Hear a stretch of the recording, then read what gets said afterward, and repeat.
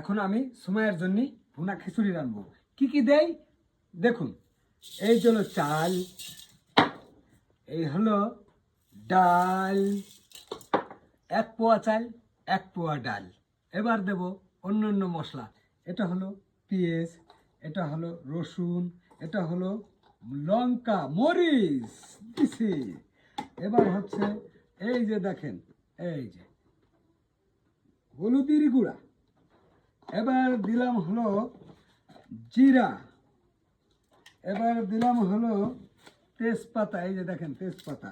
এরপরে দিলাম গরম মশলা, এই দেখেন এই যে গরম মশলা, এই যে দেখেন গরম মশলা।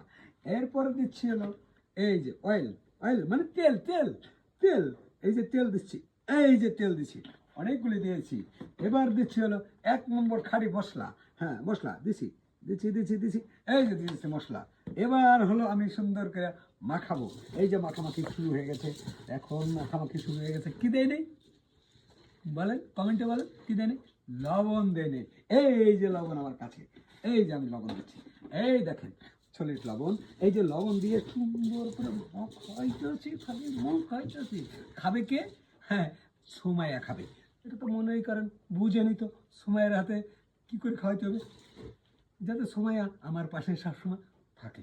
হ্যাঁ সুমাইয়া, ইস এরকম স্বাদের বিরাট। সুমাইয়া তুমি খাবার আসো, কমেন্টে তাড়াতাড়ি বলো, তোমার জন্য এত কষ্ট করে আমি রান্না করছি, চলে আসো। হ্যাঁ, এবার হচ্ছে ওয়াটার মানে পানি। এই যে পানি দিলাম, এইবার দিয়ে দিলাম। এবার হচ্ছে হলো মাপ মতো দিয়ে গেছি, হয়ে গেছে।